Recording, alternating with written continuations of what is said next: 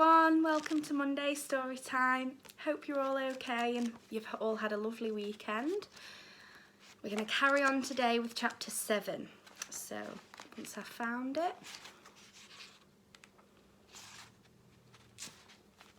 Chapter 7 is called Watching the Curtain Edges Grow Light. Happy birthday, Dad! Exclaimed Dennis and John excitedly. I don't like birthdays, said Dad. Dennis's face fell. Sunday was always a miserable day for him. He knew that loads of family were sitting down together for a roast dinner, and that only made him think about Mum. When Dad did try and cook a Sunday roast for his sons, it only made their loss more painful. It was as if there was a place laid in all their minds for someone they loved who wasn't there. And anyway, Dad was not a good cook. But this Sunday was even worse than usual. It was Dad's birthday and he was determined not to celebrate it. Dennis and John had waited all afternoon to wish him a happy birthday. He had left for work very early that day. Now it was 7 o'clock at night and Dad had just got in. The boys had crept downstairs to the kitchen to surprise him, where he was sitting alone wearing the same red checkered jacket he always did. He had a can of cheap lager and a bag of chips. Why don't you go and play, boys? I just want to be on my own. The card and cake Dennis and John were holding seemed to fade away in their hands at Dad's words. I'm sorry, boys, he said, catching their hurt.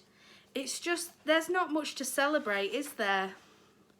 We got you a card, Dad, and a cake, offered John. Thanks. He opened the card. It was from Raj's shop and featured a big smiling cartoon bear inexplicably wearing sunglasses and Bermuda shorts. Dennis had chosen it from Raj's shop because it had Happy Birthday to the best dad in the world written on it. And there's a picture, look, of Dad receiving his card from Dennis and John. Thanks, boys, said Dad as he looked at it. I don't deserve it though. I'm not the best dad in the world. Yes, you are, Dad, said Dennis. We think you are, added John tentatively. Dad stared at the card again. Dennis and John had thought it would make him happy, but it seemed to be having the opposite effect. I'm sorry, boys. It's just that I find birthdays hard, since your mum left. I know, Dad, said Dennis. John nodded and tried to smile. Dennis scored a goal today for the school, said John, trying to change the subject to something happy. Did you, son? Yes, Dad, said Dennis. It was a semi-final today and we won 2-1.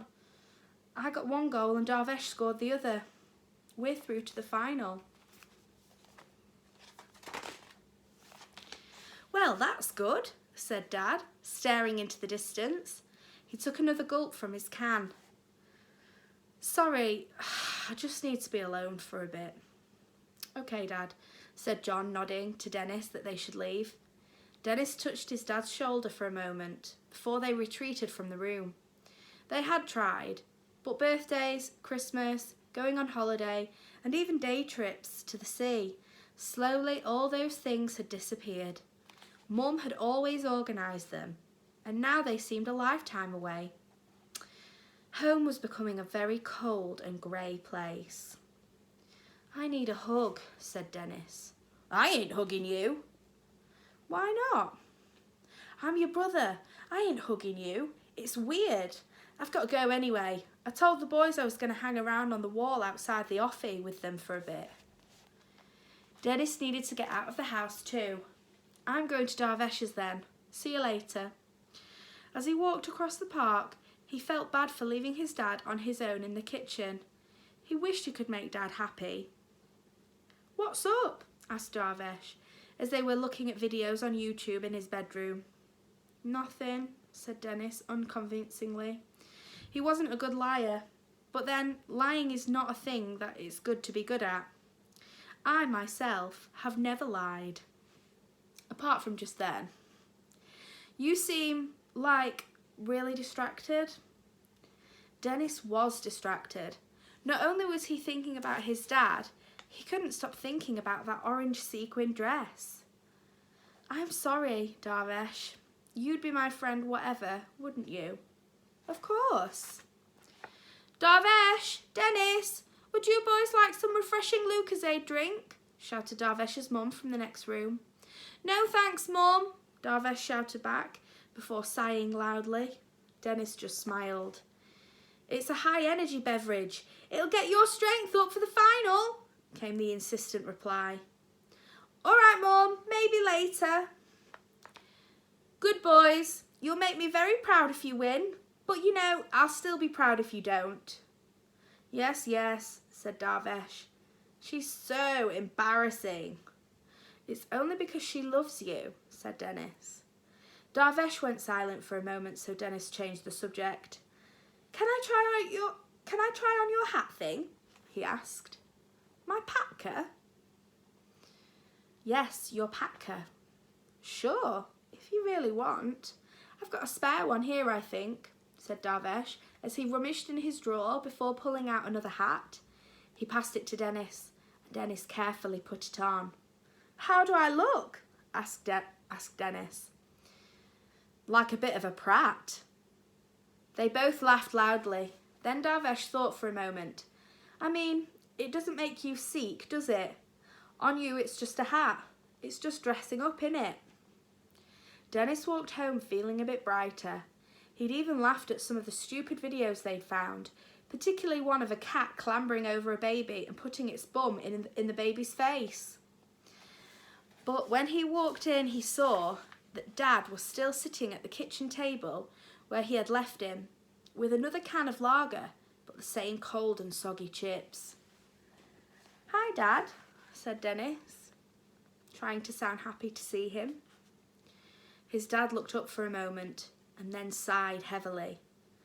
John had already gone to bed. When Dennis went up, John didn't even bother saying anything. As they lay there in the silence was deafening. There was nothing that could be said. Dennis couldn't sleep at all and spent all night watching the curtain edges grow light. Only one thing stopped him suffocating, and that was thinking about Lisa.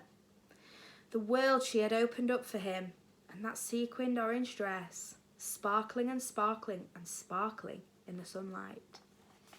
And that's the end of chapter 7, so we'll carry on to chapter 8, which is called Lying on the Carpet with Lisa.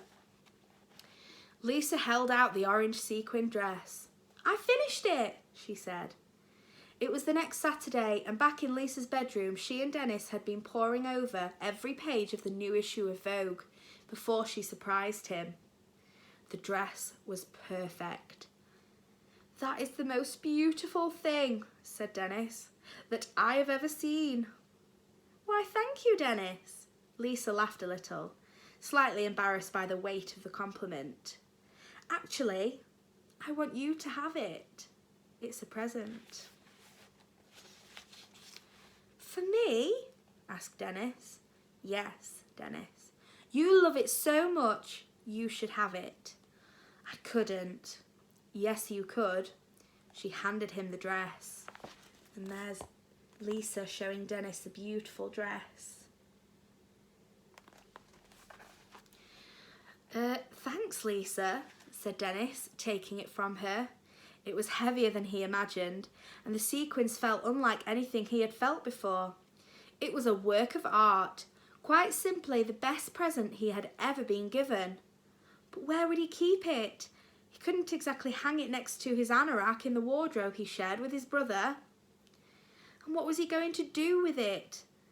Why don't you try it on? Said Lisa. Dennis's stomach did a flip. He felt how a new companion on Doctor Who must feel when they're about to enter the TARDIS for the first time. Now this really was going to be different. It'll be fun, said Lisa. Dennis looked at the dress. It would be fun to try it on. Well, if you're sure. I'm sure. Dennis took a deep breath. Just for a moment, though, he said. Yay!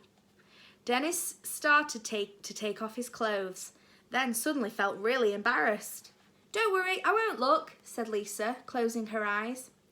Dennis undressed down to his socks and pants and then stepped into the dress and pulled it up over his shoulders. It felt different to wearing his normal boy's clothes. The fabrics felt so unfamiliar next to his skin, all silky and smooth. He reached around for the zip at the back. "I'm not sure I can." "Let me," said the expert, opening her eyes. "Turn around." She guided the zip up his back. "It looks great. But how does it feel?" "Nice. It feels nice." In fact, it felt more than nice. It felt wonderful. "Can I see in the mirror?" And there's a picture look of Lisa helping Dennis get his dress fastened. "Not yet. We haven't found the shoes." Lisa pulled out some stunning high-heeled gold shoes with red soles on the bottom. "I got these at Oxfam. They're Christian Louboutins, but the old dear in the shop only charged me £2 for them." Dennis wondered if Christian Louboutin might ever need them back. He bent down to put his shoes on. "You better take your socks off first," said Lisa, looking down at his bedraggled grey socks. His big toe poked out of one particularly large hole. They were rather spoiling the look. "Oh yes, of course," said Dennis, before tugging them off and placing his feet in the narrow shoes. The heels were quite high, and he felt for a second that he might topple over. Lisa held his hand to steady him. "Now, can I look in the mirror?" he asked. "You haven't got any makeup on yet." "No, Lisa, no." "You've got to do this properly, Dennis." Lisa reached for her makeup bag. "This is so much fun. I always wanted a little sister. Now do this with your lips." She stretched her mouth open and he copied her. She rolled the lipstick gently across his lips. It felt weird, but nice, but weird. He never knew lipstick tasted like that. Oily and waxy. "Eyeshadow?" No, I really don't," protested Dennis. "Just a little." He closed his eyes as she lightly applied some silver eyeshadow with a little brush. "Looking good, Dennis," she said. Or should I say, Denise? "That's what my brother called me when he found out about the magazine." "Well, that's your girl's name, I suppose. Your name is Dennis, but if you were a girl, you'd be called Denise." "Can I look in the mirror yet?" he asked. Lisa adjusted the dress expertly before silently leading him to the mirror on the bedroom wall. Dennis gazed at himself. For a moment he was shocked by what he saw. There's Lisa helping Dennis with his makeup. Then the shock turned to wonder and he laughed. He felt so happy he wanted to dance. Sometimes you feel things so deeply that words aren't enough. He started to move around in front of the mirror. Lisa joined in, humming some made-up music. For a moment they were in their own crazy little musical before they fell to the floor laughing. "I guess you like it then?" asked Lisa, still giggling.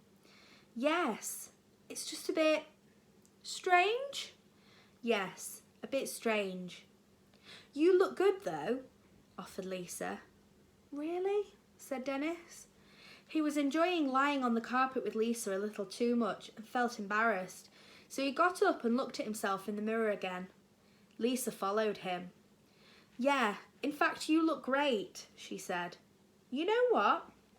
"What?" asked Dennis eagerly. "I think you could fool anybody dressed like that. You look just like a girl." "Really? Are you sure?" Dennis looked at himself again in the mirror, squinting. He tried to imagine that he was looking at a stranger. He did look a bit like a girl. "Yeah," said Lisa. "I'm sure. You look amazing. Do you want to try on something else?" "I don't know if I should," said Dennis, suddenly self-conscious. "Someone might come in." "My mum and dad are at the garden centre. It's so boring, but they love it there. Trust me, they won't be back for hours." "Well, maybe this one then," said Dennis, displaying a long purple dress that Lisa had copied from one she'd seen Kylie wear at an awards do. "Nice choice." Then he tried on a short red dress that Lisa's mum had bought for her to wear to a family wedding. Then a little yellow puff ball skirt from the 1980s that her Auntie Sue had passed on to her. Then a lovely nautical themed blue and white striped dress that Lisa had found in cancer research.